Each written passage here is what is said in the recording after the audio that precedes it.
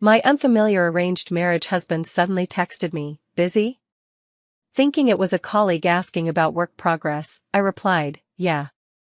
The other end fell silent. Half an hour later, the man who had disappeared for half a year because he hated me showed up at my doorstep. His eyes were bloodshot, his voice trembling as he practically begged, "Did you forget about me?" Me, what? I ate some barbecue and ended up with acute gastroenteritis, forcing me to stay in the hospital for 5 days. On the day I was discharged and went home, my colleague Karen sent me a few files.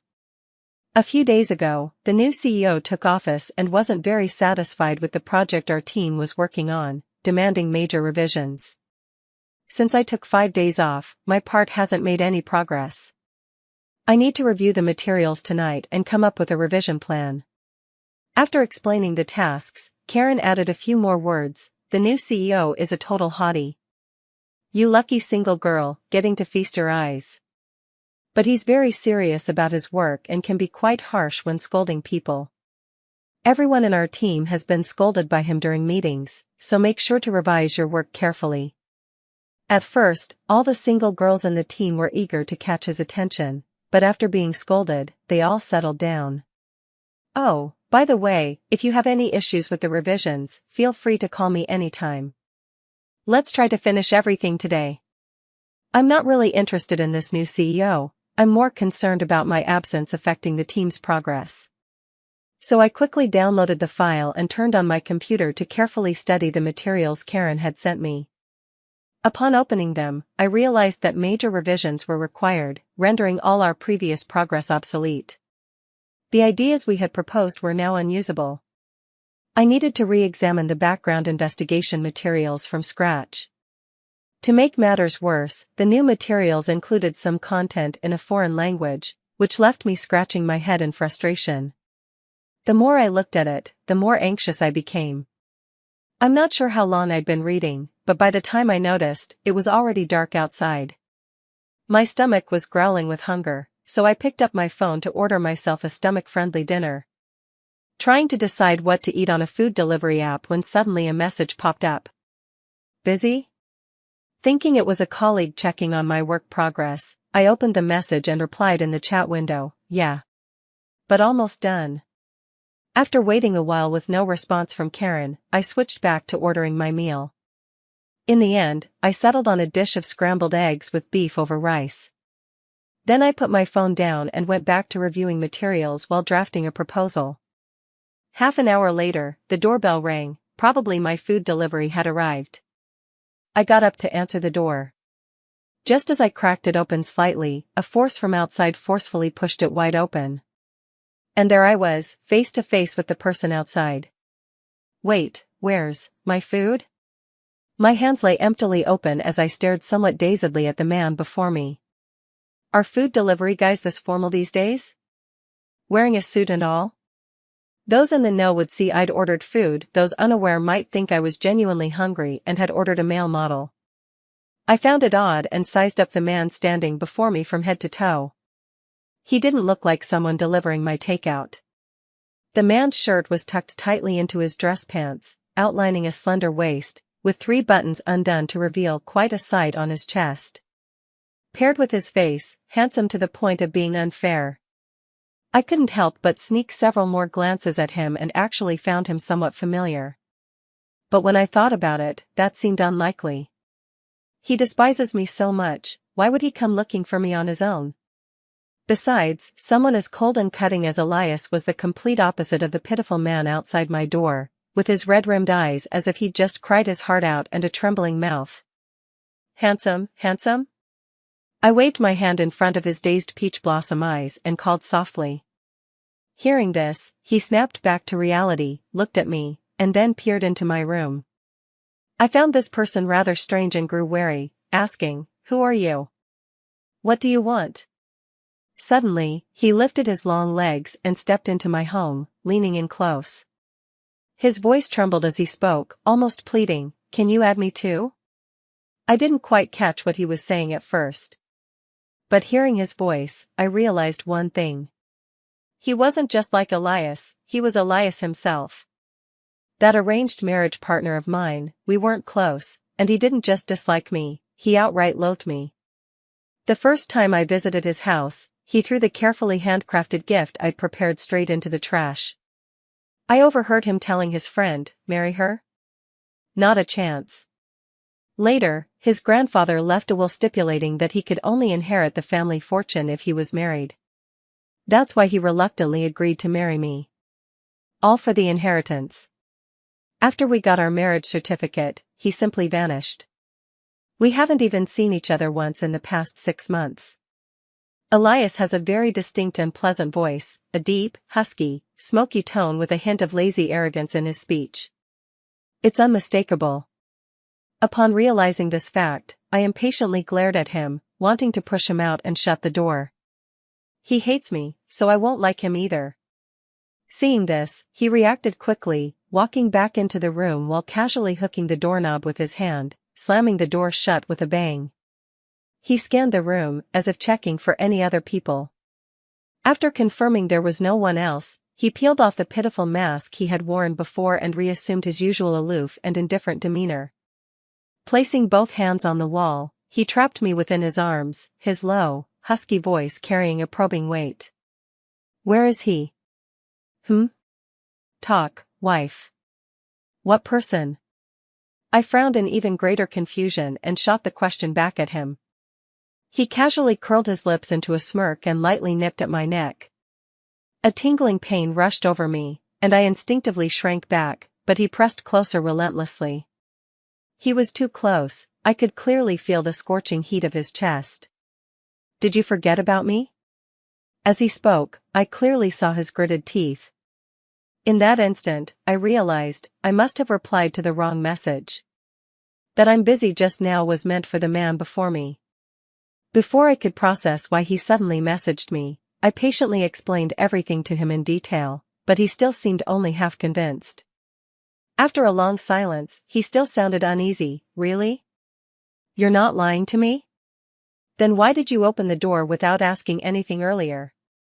"I thought my food delivery had arrived." "There's really no man here?" "If you think you're a man, then take it." Elias smiled, holding a cigarette between his lips. "Honey, do you need a man or not?" His words were full of undeniable temptation. I looked at him coldly, feeling that he was acting oddly tonight.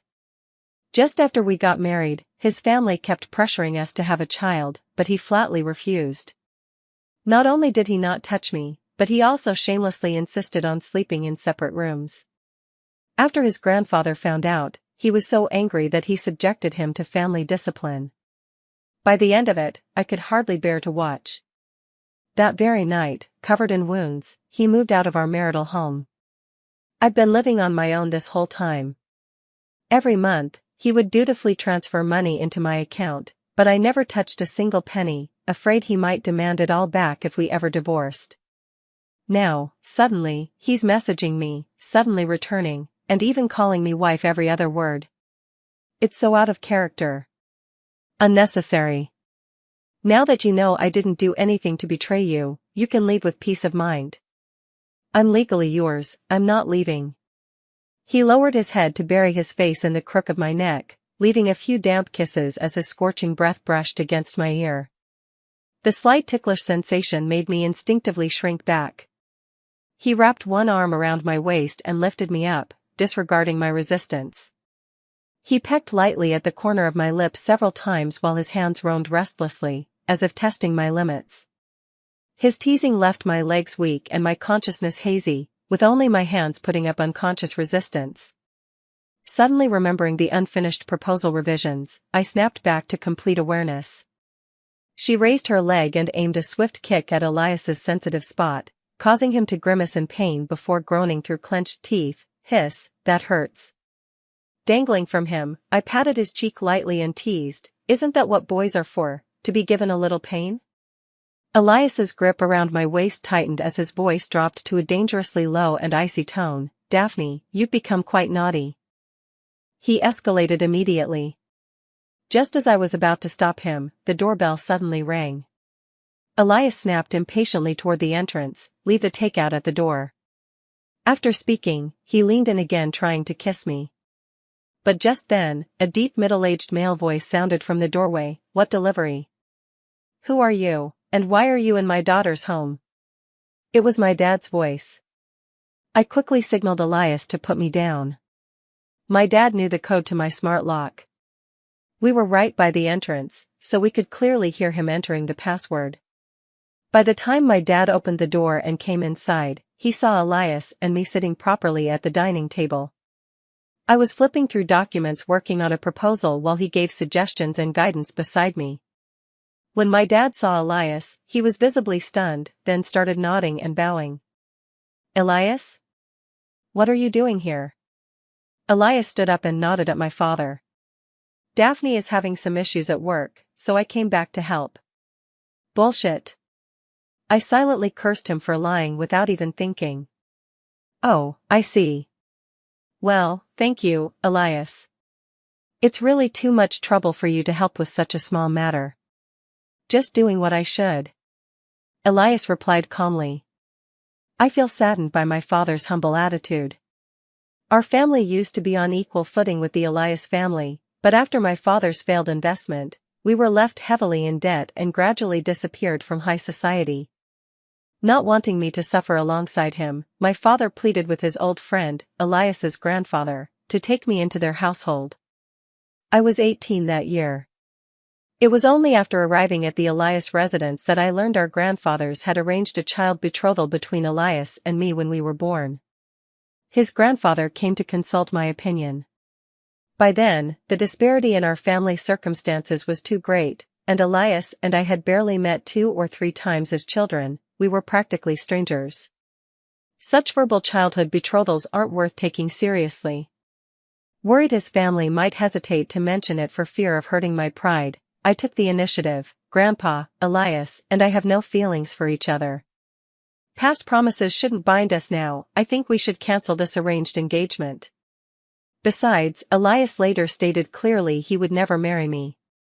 When my father found out, he assumed Elias's family cancelled because mine had declined. He blamed himself deeply for this. That's why after Elias and I married, my father behaved with almost groveling deference toward Elias's family, terrified they might neglect or mistreat me. Upon learning that Elias had moved out of the marital home, he was both furious and heartbroken. He even considered bringing me back home for a while. At the thought of this, a surge of bittersweet emotion welled up in my heart. Sniffling, I asked my dad, "Dad, what brings you all the way here?" Hearing my words, my dad immediately raised the food container he was holding in his right hand. "Didn't you get hospitalized these past few days with gastroenteritis? I was worried you wouldn't eat properly, so I made your favorite porridge." My dad opened the lunchbox on the table, revealing my favorite pork rib porridge inside. The savory aroma of the bone broth filled the air, and with my stomach growling from hunger, my appetite soared. Taking the spoon my father handed me, I buried my head and started eating voraciously. Slow down, girl, no one's rushing you. You should eat less takeout, it's neither nutritious nor healthy. It's not a solution that you can't cook. Once Dad pays off the debts, I'll come take care of you." As he spoke, my father patted my head with a look of deep affection in his eyes. Elias, sitting nearby, watched quietly without saying a word. After I finished the porridge, my father cleaned up and prepared to leave. Before going, he glanced worriedly at Elias sitting on the sofa and asked me quietly at the door, "Has he ever mistreated you?" I didn't want my father to worry, so I smiled and shook my head, saying, "No, he treats me very well." Only then did my father leave with peace of mind. "I'm done. Come take a look." After closing the door, Elias's casual voice drifted over. I was stunned. In the time it took me to eat a bowl of porridge, he had finished the proposal for me? Half in doubt, I took the laptop and glanced at it, only to realize he had indeed completed the entire thing for me. Faced with my astonished gaze, he simply offered a brief explanation. "I've been following this project. I know exactly what it needs, and this is the best approach for your part." His words immediately set off alarm bells in my mind. Could he possibly be the newly appointed CEO Karen mentioned? Don't forget about tomorrow's presentation. After saying this, he stood up, still looking at me with that cold expression. By the time I processed the information and realized what had happened, he was already gone. During the next day's meeting, when it was my turn to present, the conference room door swung open. Just as the supervisor in the front row was about to stand up, Elias paid him no attention and immediately took a seat, his gaze fixed on my position.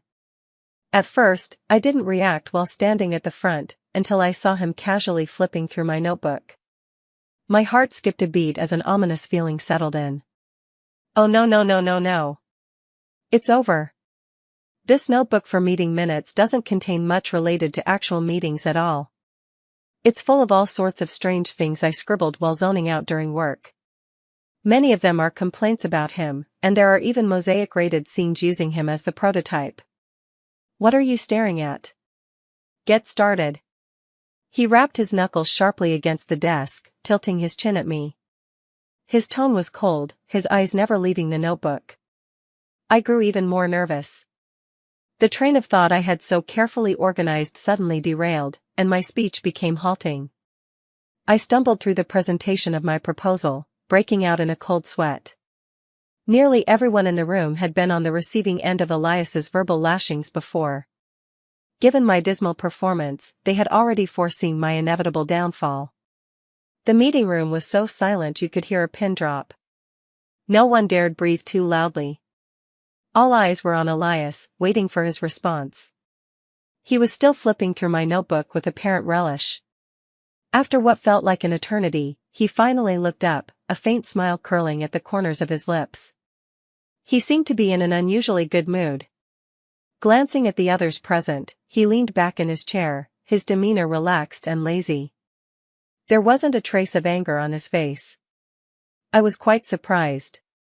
Given his temperament and what he had seen, he should have been furious. Reading the mood, the supervisor cautiously ventured, "President, do you have any instructions regarding this proposal?" "Oh? Instructions? No. She has a lovely voice." The supervisor's face turned green then white, his lips opening and closing, but in the end, he didn't say a word. "Oh no, she explained it very well, and I'm quite satisfied with the proposal. But I'd like to ask, Daphne, what inspired this proposal's concept?" "How would I know? Wasn't this proposal written by you?" After hesitating for a while, I honestly replied, "It was inspired by my family." He seemed pleased with that answer, the smile on his lips deepening, and showed no intention of pressing further. "Then someone in your family must be quite remarkable," he said. His words carried hidden meanings, trying to cover up what was actually obvious. The way my colleagues looked at me instantly changed. I maintained a composed smile and said, "Thank you for the compliment, President." The meeting hadn't even ended yet when he left early. All my colleagues secretly sighed in relief. Returning to my workstation, I opened my phone only to find the department's small group chat buzzing with excitement. It was what they had been discussing during my presentation. OMG, why did the president suddenly show up? Didn't he say he had no time to attend the meeting? My heart almost stopped when he came in. I nearly stood up to bow and apologize to him. "Ha ha ha, you're being ridiculous. The CEO is flipping through Daphne's notebook. What did he see? Why is he grinning like a fool? If there's anything in that notebook bad-mouthing the CEO, I might as well drop dead on the spot. Daphne hasn't been around for a while. Today was her first time seeing the CEO, how could she possibly curse at him?" Daphne's face turned completely pale, the poor girl was so nervous she broke out in a cold sweat. "It's over, folks. Daphne's report, she's definitely getting scolded. My heart aches for her, sigh. I don't think he'll get scolded. The CEO doesn't look angry at all, in fact, he seems quite happy. He didn't get scolded.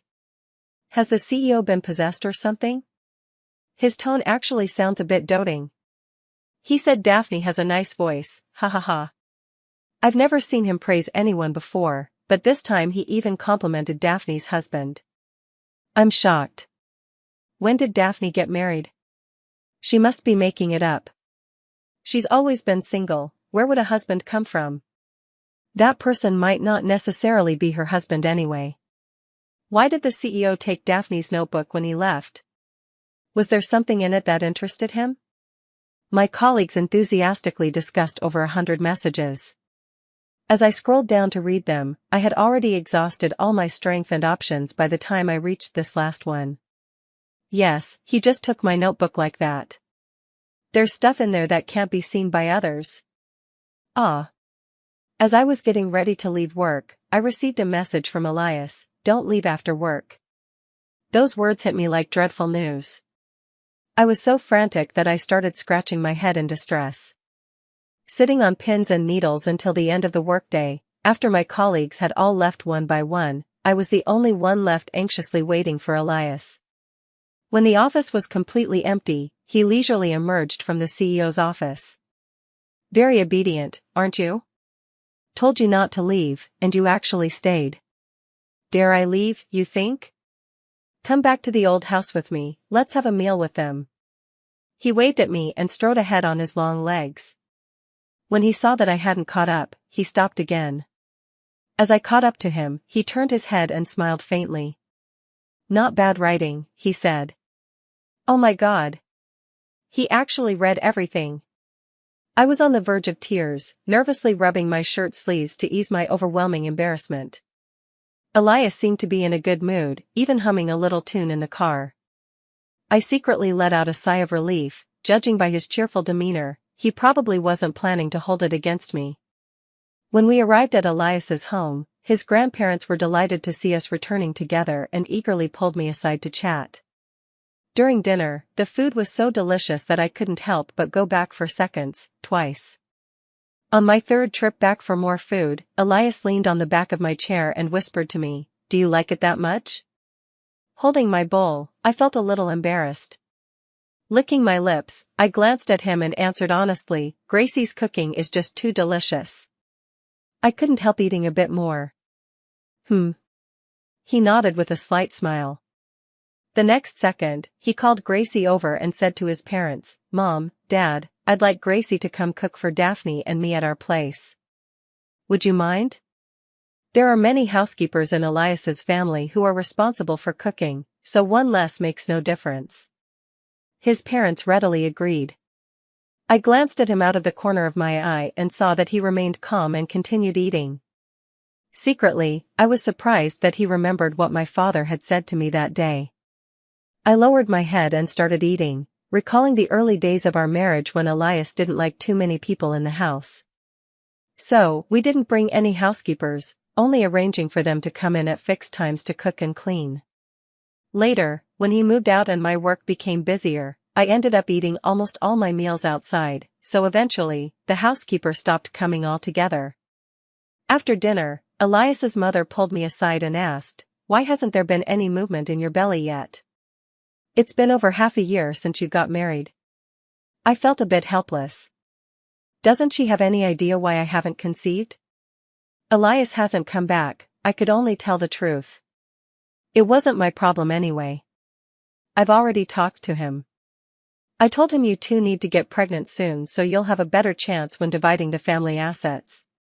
He promised he'd come back. You too, someone has to take the initiative. Once you have a child, our family will naturally treat you well. I recalled his sudden visit last time, with all those ambiguous little gestures as soon as he entered.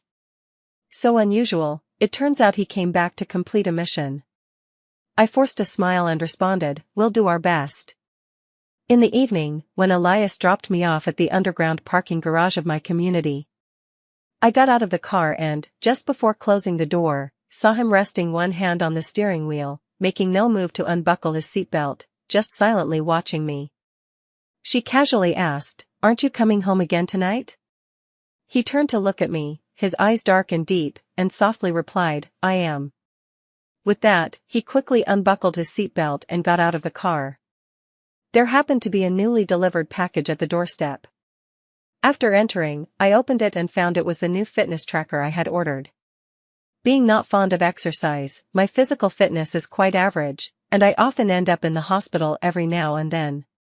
During the 5 days I was hospitalized for gastroenteritis, deeply regretting my past choices, I made up my mind to start working out.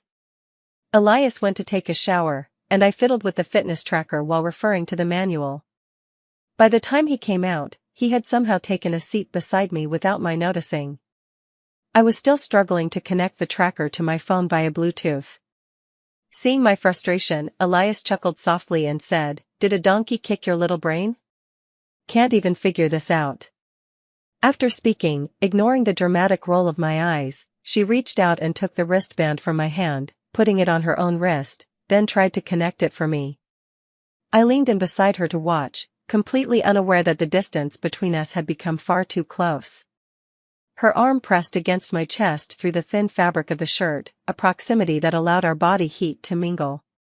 Seeing that the connection was successful, I stepped forward to check the data displayed on the wristband. To my surprise, it showed a heart rate too high alert, asking whether I was in an active state. The real-time monitoring showed a heart rate of 120 beats per minute. How could Elias's heart rate be so fast in this condition? I was wondering if the wristband was malfunctioning when I suddenly felt an intense gaze hovering over my head. I glanced up and met Elias's deep, scorching gaze. His Adam's apple bobbed several times, and his cheeks and ears were unusually flushed. I asked in confusion, "What's wrong with you?" After asking, I noticed his gaze was fixed on a certain part of me. Following his line of sight downward, I realized that one of my shirt buttons had come undone without me noticing. Out of the 6 buttons, 3 had come undone. With just a slight lean, most of what was inside became visible, and it was right against his arm. When I realized what had happened, my face flushed red. I quickly distanced myself, frantically tightening my shirt and not daring to look up at him. The bracelet on his wrist kept beeping with alerts for high heart rate, which had already climbed to 130 beats per minute. "Why don't you take off the bracelet?" Elias's voice was unusually hoarse, all his usual arrogance gone, as if caught in the same awkward situation as me. He wasn't even moving smoothly when taking off the bracelet. Could he be as shy as me? And still having his first time too? That night, after taking a shower and lying in bed, I tossed and turned, unable to fall asleep. The scene kept replaying in my mind, and recalling that he'd seen the short snippets I'd written in my notebook made my face burn so hot I couldn't resist turning on the air conditioning. I drifted in and out of sleep in the early hours, half awake when I felt the bed dip slightly as a faint scent of men's shampoo wafted over from beside me. I lay there stiffly, not daring to move. Elias settled beside me, his even breathing indicating he'd already fallen asleep. Dazed for a moment, it dawned on me, he must have entered the wrong room. Just as I reached out to tap him awake, he rolled over toward me and pulled me into his arms like a stuffed toy, drawing me against his chest. I leaned against his firm chest, able to catch the faint scent of his shower gel, my favorite freesia fragrance. Forget it, being held by him was actually quite comfortable, so I decided not to wake him. Not only did I not wake him, but I even rested my hand on him. As I touched, my actions grew bolder, losing all sense of restraint in the dark, venturing further down. By the time I snapped out of it, I was so startled that I quickly yanked my hand back. My heart raced like it was about to burst out of my throat, so I obediently closed my eyes and tried to sleep. Daphne didn't notice at all that the man above her had long opened his eyes. Bathed in the moonlight streaming through the window, he was staring intently down at the figure in his arms. Restraint and self-control were truly unbearable. The bathroom light stayed on all night. When I woke up the next morning, Elias was no longer by my side, having left at some unknown hour. Before heading out to work, I couldn't help but ask him, "Elias, can I have my meeting notebook back?" He had already stepped out the door when he heard my words and retraced his steps. Turning around, he leaned against the door, crossing his arms. His voice sounded muffled, with a slightly nasal tone, as if he had a cold. "First, at home, you should call me husband. Second, I haven't finished reading the meeting minutes yet." Frowning in frustration, I scratched my head. It was uncomfortable having a weakness in someone else's hands. Silently planning in my mind, I decided that if he wouldn't give it to me, I'd just take it myself. I was restless at work for quite some time, and when I saw the intern frowning over a document, I asked her if she was having any trouble. She hesitated, saying, "Karen asked me to deliver this document to the CEO, but I'm afraid." Just when I was struggling to find an excuse to go to his office. Without hesitation, I took the file from the intern and said, "I'll take it to him." At that moment, my image in the little sister's eyes instantly became grand. "Elias, you truly are an unlikable auto-insult machine." I knocked on his door with the documents in hand, already prepared for his disparaging remarks. Instead, I saw the man with his hand supporting his forehead, his eyes drooping, his lips pale, and looking rather lethargic. Did he not sleep well last night? It seemed like he could fall asleep any second. When he saw me come in, he raised his head and followed my movements with his gaze. As I approached, I noticed that the trash bin beside him was full of tissues. "Did you catch a cold?" He remained silent, nodding slightly, then propped his forehead and sniffled. His frail appearance was pitiful to behold. I couldn't help but frown. "It seems quite serious.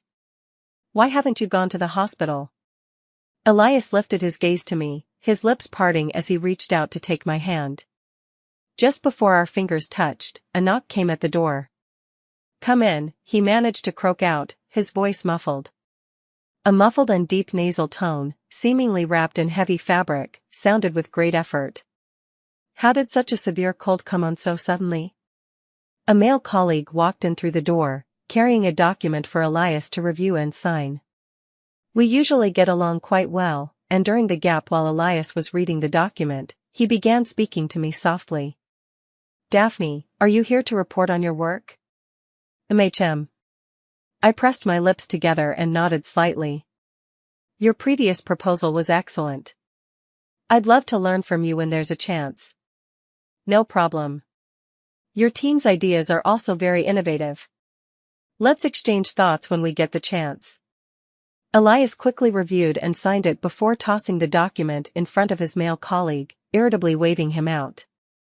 The male colleague picked up on the boss's mood and wisely kept quiet, giving me a wave and silently mouthing goodbye. After the door was closed from the outside, an expression of gloom settled over Elias's extremely pale face. Seeing this look on him, I suddenly found myself at a loss for words to ask for my notebook back. Forced to feign concern, I asked, "Are you all right, President? You spoke to him more than you did to me just now." "I'm not happy about that."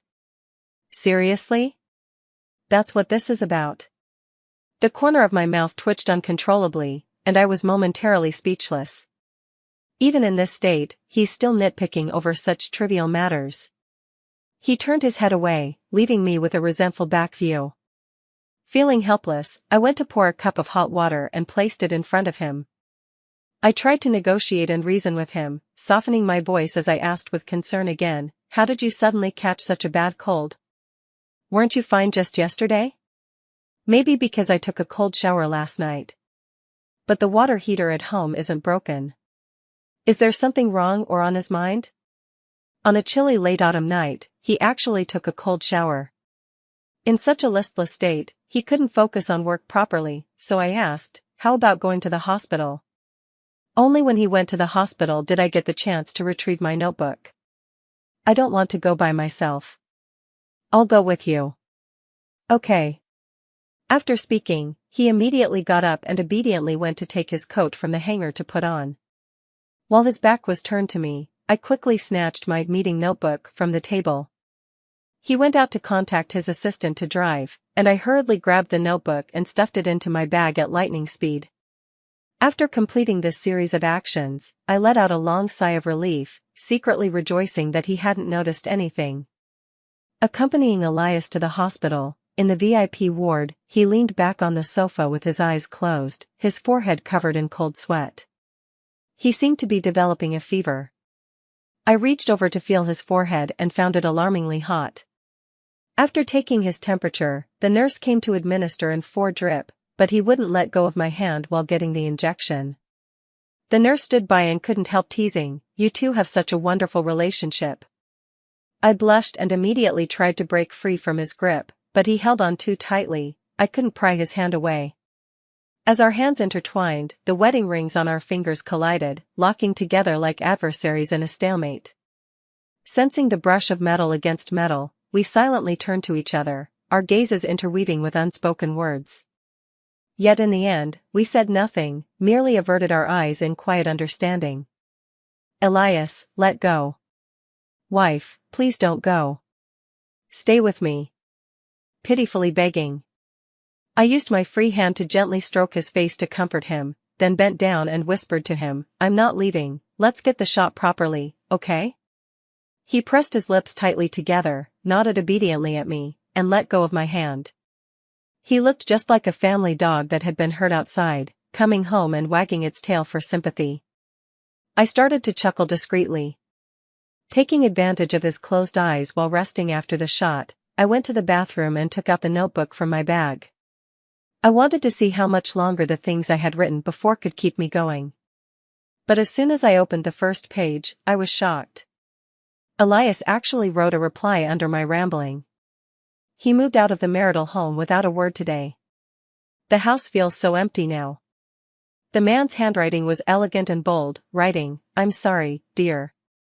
I know you don't like me, and I can sense that you feel uncomfortable around me, so I moved out first to give you some freedom. I didn't particularly like him from the start, but I didn't dislike him either.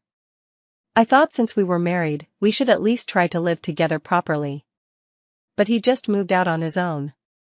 What's the point of even trying now? I pouted and flipped to the next page.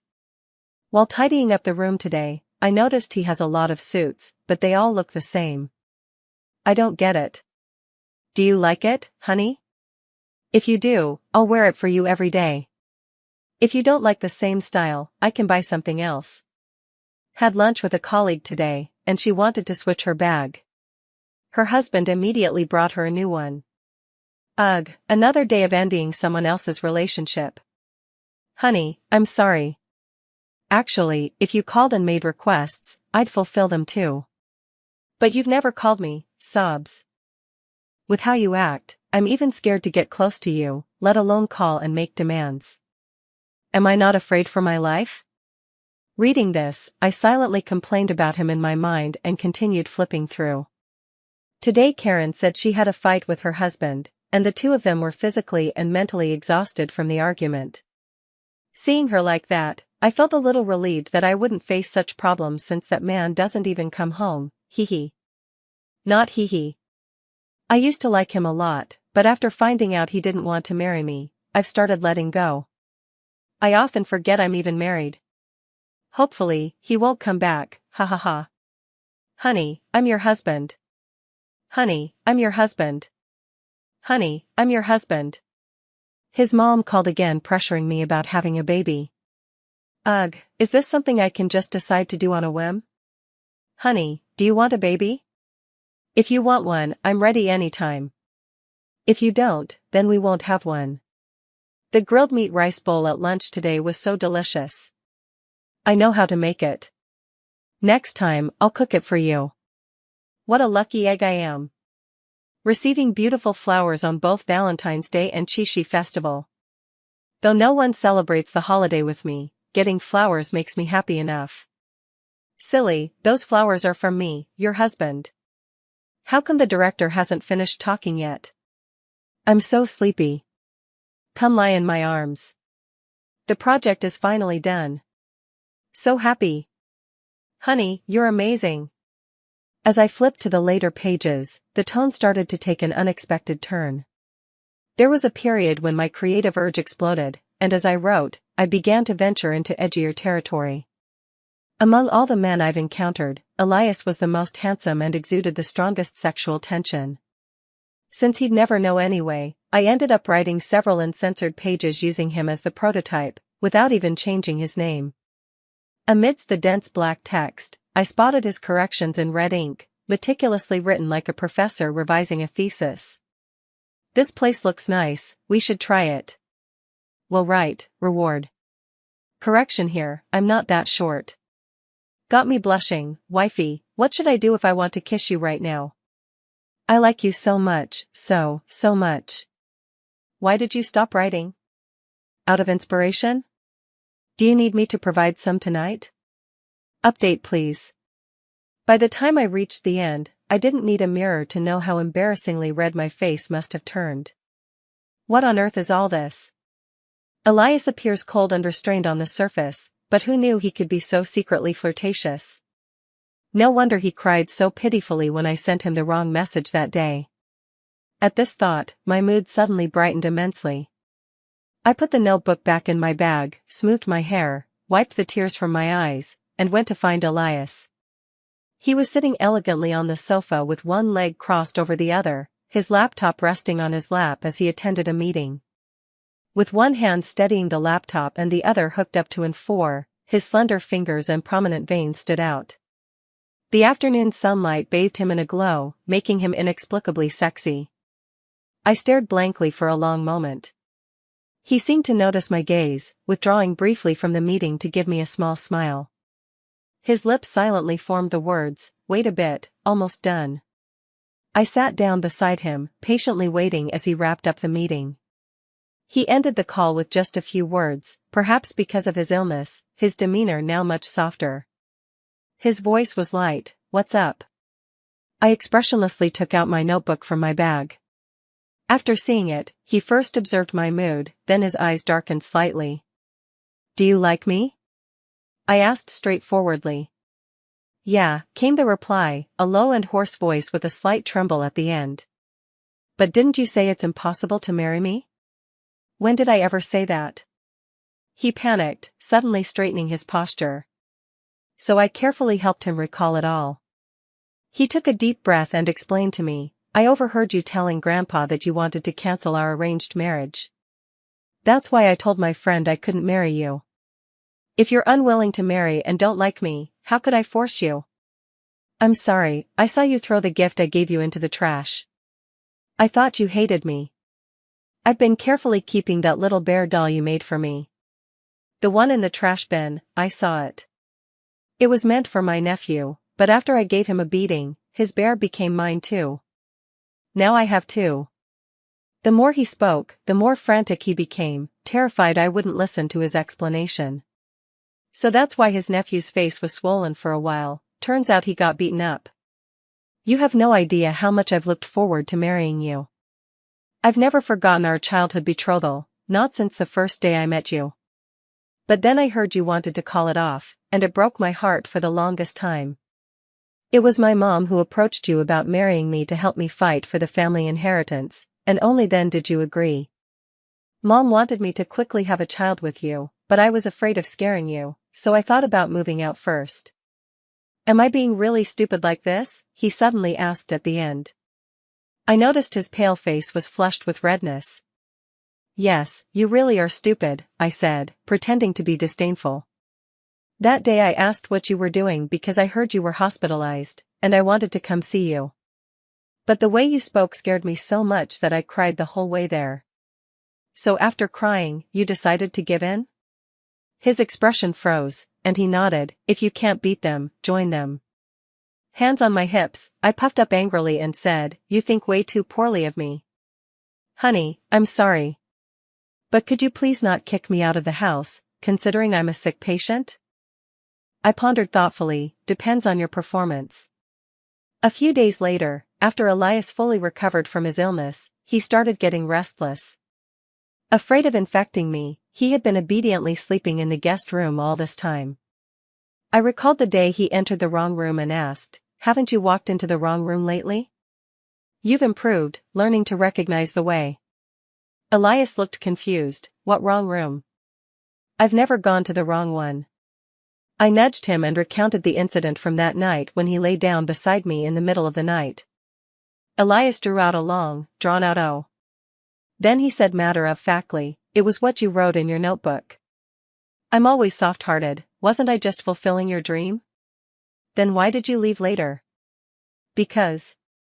Suddenly I remembered that he had caught a cold from taking cold showers, and I instantly understood. My heart couldn't stop racing. That night, we reenacted every scene I had written. Between the shared warmth. Elias's voice was deep and pleasant as he said to me, "Look at tonight, the moonlight is so beautiful. Moonlight slipped through the gaps in the curtains, like a thin veil of silver, cascading over his sweat-drenched shoulders.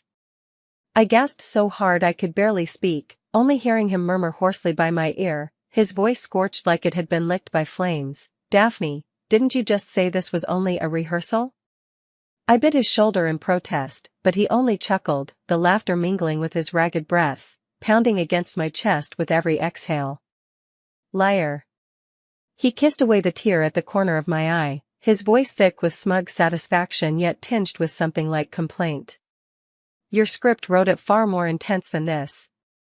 I had no strength to argue, letting him hold me tighter as if trying to make up for all the nights we'd missed in the past 6 months. A long while later, the room finally quieted down, leaving only the sound of our heartbeats gradually synchronizing. He buried his face in the crook of my neck, his voice muffled, like a child who had finally found his way home. "Darling. Please don't forget me again, okay?" I reached up and ruffled his hair, smiling until my eyes grew warm.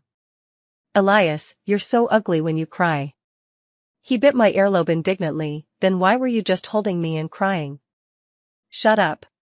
He chuckled softly, turned over and pressed me into his embrace, kissing my forehead, the tip of my nose, the corner of my lips, like stamping a seal, over and over again. "Daphne," his voice was so gentle as if afraid of shattering something, "thank you for being willing to like me again." I didn't speak, just wrapped my arms around his waist and pressed my face against his chest. There, his heartbeat was steady and strong, as if saying, "I never went far away. It's just that you finally turned around to look at me."